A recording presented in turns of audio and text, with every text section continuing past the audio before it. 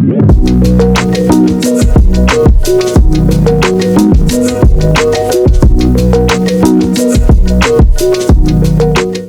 perkenalkan, nama saya Robi Awaludin. Saya mahasiswa program studi sarjana akuntansi dari kelas 8 Sakes 10. Di sini saya akan menjelaskan apa itu tantangan dan peluang dalam implementasi good corporate governance di era digital.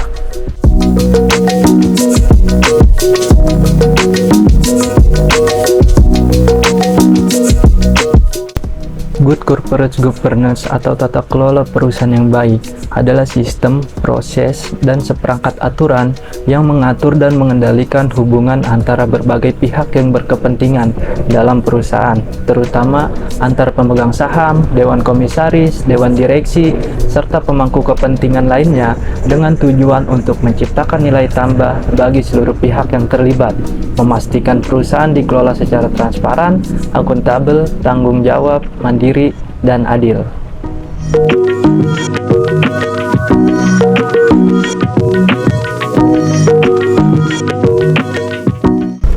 Tantangan dalam implementasi GCG di era digital kurang lebih ada 4 poin, yang mana diantaranya adalah yang pertama, keamanan data dan privasi, yaitu meningkatnya penggunaan teknologi informasi menuntut perlindungan data pemangku kepentingan dari ancaman cyber. Pelanggaran data dapat merusak reputasi dan kepercayaan publik. Yang kedua ada transparansi dan akuntabilitas. Era digital memudahkan akses informasi sehingga harapan terhadap keterbukaan perusahaan semakin tinggi. Dan yang ketiga yaitu regulasi yang berubah. Perusahaan harus selalu mengikuti perkembangan regulasi terkait teknologi dan data untuk mematuhi hukum dan menghindari sanksi. Dan yang keempat atau yang terakhir yaitu resiko teknologi. Ketergantungan pada teknologi membawa risiko kegagalan sistem dan ketidakpastian penggunaan teknologi baru, sehingga diperlukan strategi mitigasi resiko yang baik.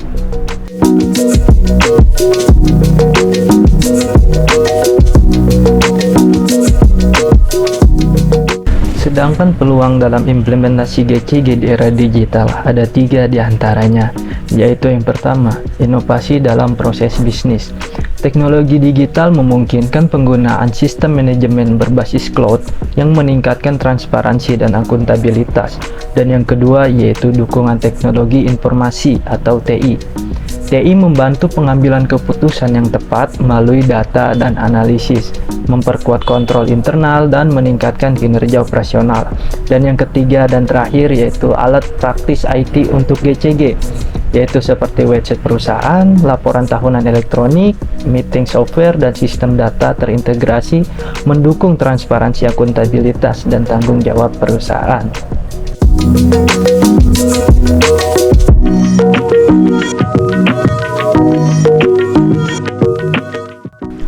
Di sini saya akan memberikan studi kasus yaitu PT Investri Radika Jaya, yang mana perusahaan ini diduga melakukan penipuan dan penggelapan dana yang dilakukan pendirinya Adrian Gunadi. Kredit macet di perusahaan ini mencapai 16,4%, yaitu jauh di atas batas maksimum yang diperbolehkan oleh regulator yaitu 5%.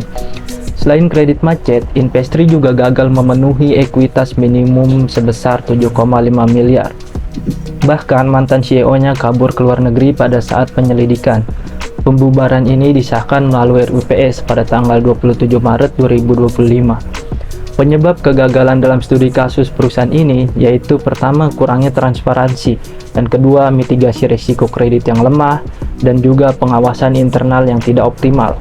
Regulasi OJK yang ada belum efektif mengawasi sehingga menimbulkan risiko penyalahgunaan data dan kerugian bagi pemangku kepentingan.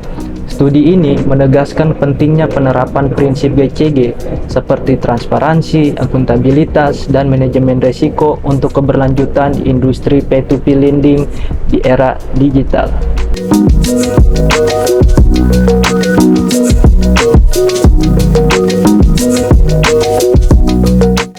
Jadi kesimpulan dari pembahasan kali ini yaitu pertama, era digital membawa tantangan dan peluang besar bagi implementasi GCG.